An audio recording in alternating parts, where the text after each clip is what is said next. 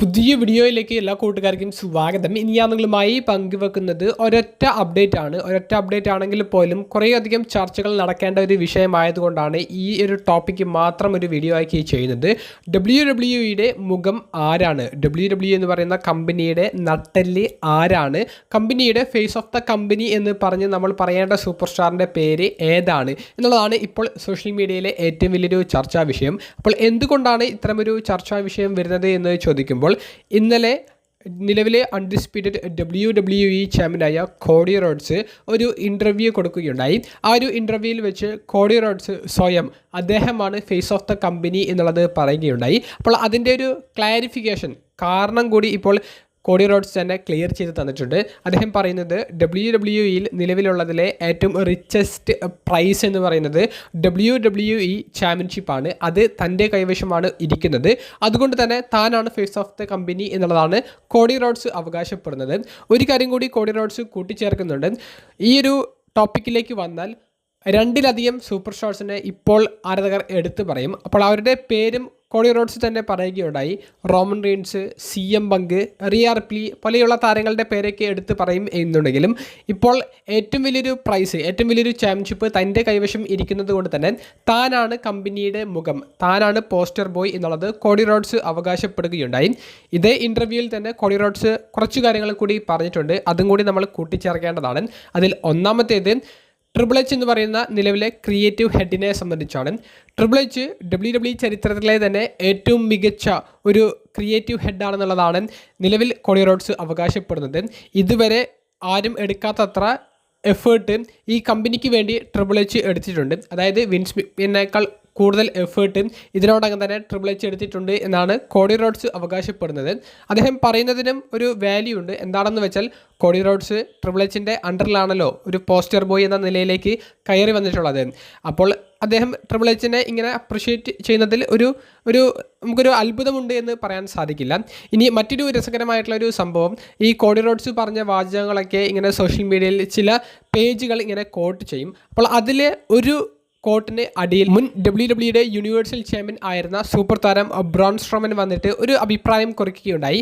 Ratings ഇതല്ലല്ലോ പറയുന്നത് എന്ന്, ratings മറിച്ചാണല്ലോ പറയുന്നത് എന്നാണ് ബ്രോൺ സ്ട്രോമൻ പറഞ്ഞത്. അപ്പോൾ ഒരു ആരാധകൻ പറയാൻ ഉദ്ദേശിക്കുന്ന രീതിയിലുള്ള ഒരു അഭിപ്രായമാണ് ബ്രോൺ സ്ട്രോമൻ്റെ ഭാഗത്ത് നിന്ന് വന്നത്. അതായത് ട്രിപ്പിൾ എച്ച് നല്ല എഫേർട്ട് ഇട്ടുകൊണ്ട് കമ്പനിയെ മുന്നോട്ടേക്ക് കൊണ്ടുപോകുന്നുണ്ട്, കമ്പനിയുടെ ചരിത്രത്തിൽ ഇത്രയും എഫേർട്ട് ഇട്ടിട്ടുള്ള മറ്റൊരു ക്രിയേറ്റീവ് ഹെഡ് ഇല്ല എന്നൊക്കെ ഈ കോഡി റോഡ്സ് ട്രിപ്പിൾ എച്ചിനെ സംബന്ധിച്ച് അവകാശപ്പെടും. റേറ്റിംഗ്സ് പറയുന്നത്, റേറ്റിംഗ്സ് താഴേക്ക് പോകുന്നത് അതൊക്കെ മറിച്ചാണല്ലോ എന്നാണ് ബ്രോൺ സ്ട്രോമൻ ചോദിക്കുന്നത്. അപ്പോൾ അത് ഒരു കാര്യം. ഇനി മറ്റൊന്ന്, റോമൻ റീൻസിനെ ഉന്നയിച്ച് അല്ലെങ്കിൽ റോമൻ റീൻസിനെ ഉദ്ദേശിച്ചുകൊണ്ട് കോഡി റോഡ്സ് പറഞ്ഞതാണെന്ന് ഇത് കേട്ടപ്പോൾ എനിക്ക് തോന്നി. മറ്റൊന്നുമല്ല, താൻ ഒരിക്കലും, അതായത് കോഡി റോഡ്സ് ഒരിക്കലും WWE നിന്ന് ബ്രേക്ക് എടുക്കില്ല. ഒരു 5 വർഷമെങ്കിലും അദ്ദേഹം ഇനിയും കമ്പനിയിൽ തുടരും എന്നുള്ളതാണ് കോഡി റോഡ്സ് പറയുന്നത്. മറ്റ് സൂപ്പർ സ്റ്റാർസിനെ പോലെ ബ്രേക്ക് എടുത്തുകൊണ്ട് മറ്റ് പ്രൊജക്റ്റുകളിലേക്ക് പോകാനും വെക്കേഷൻ എടുക്കാനും കോഡി റോഡ്സ് താല്പര്യപ്പെടുന്നില്ല എന്നാണ് കോഡി റോഡ്സ് പറയുന്നത്. അതായത് മറ്റ് സൂപ്പർ സ്റ്റാർസൊക്കെ ബ്രേക്ക് എടുത്ത് തിരികെ വരുമ്പോൾ ആ റിട്ടേൺ ചെയ്യുന്ന സമയത്ത് വലിയൊരു സപ്പോർട്ട് കാണികൾ കൊടുക്കും. പക്ഷേ അത് പിന്നീട് അണഞ്ഞു പോകും. അത് കുറേയധികം നാളുകളായിട്ട് അങ്ങനെ നടന്നുകൊണ്ടിരിക്കുന്നതാണ്. അത്തരത്തിലുള്ളൊരു ബ്രേക്കോ അത്തരത്തിലുള്ള ഒരു സപ്പോർട്ട് കിട്ടാൻ വേണ്ടിയിട്ടുള്ള ഒരു മാറി നിൽക്കലോ തനിക്ക് ആവശ്യമില്ല എന്നുള്ളതും കോഡി റോഡ്സ് പറയുകയുണ്ടായി. ഇത് ഡയറക്റ്റ് റോമൻ റീൻസിൻ്റെ പേര് പറയാതെ റോമൻ റീൻസിനെ ഒരു വെല്ലുവിളിക്കുന്ന രീതിയിൽ, റോമൻ റീൻസിനെ അപമാനിക്കുന്ന രീതിയിൽ അല്ലെങ്കിൽ കളിയാക്കുന്ന രീതിയിലുള്ള ഒരു അഭിപ്രായമായിട്ട് തോന്നി. അപ്പോൾ ഇതെല്ലാം ഒരൊറ്റ ഇൻ്റർവ്യൂവിൽ വെച്ച് കോഡി റോഡ്സ് ഇക്കഴിഞ്ഞ ദിവസം വെളിപ്പെടുത്തിയ അദ്ദേഹത്തിൻ്റെതായിട്ടുള്ള അഭിപ്രായങ്ങളാണ്. അപ്പോൾ ഇതൊക്കെ കേട്ടതിന് ശേഷം നിങ്ങൾക്ക് എന്താണ് തോന്നുന്നത്? നിലവിൽ റോമൻ റീൻസിൻ്റെ ഒരു സിറ്റുവേഷൻ നമ്മൾ നോക്കുകയാണെങ്കിൽ വേൾഡ് ഹെവി വെയ്റ്റ് ചാമ്പ്യനാണ്. ആ ചാമ്പ്യൻഷിപ്പിന് വലിയൊരു വാല്യൂ റോമൻ റീൻസിൻ്റെ കയ്യിലേക്ക് വന്നതിന് ശേഷം ലഭിച്ചിട്ടുണ്ട് എന്ന് നമുക്ക് നിസ്സംശയം പറയാൻ സാധിക്കും. കൂടാതെ റോമൻ റീൻസിൻ്റെ സെഗ്മെൻറ്റ്സിന് കിട്ടുന്ന ആ ഒരു വ്യൂവർഷിപ്പ്, അത് റേറ്റിംഗ്സിലായാലും സോഷ്യൽ മീഡിയയിലാണെങ്കിലും അത് കോഡി റോഡ്സിനേക്കാൾ എത്രയോ മടങ്ങാണ്.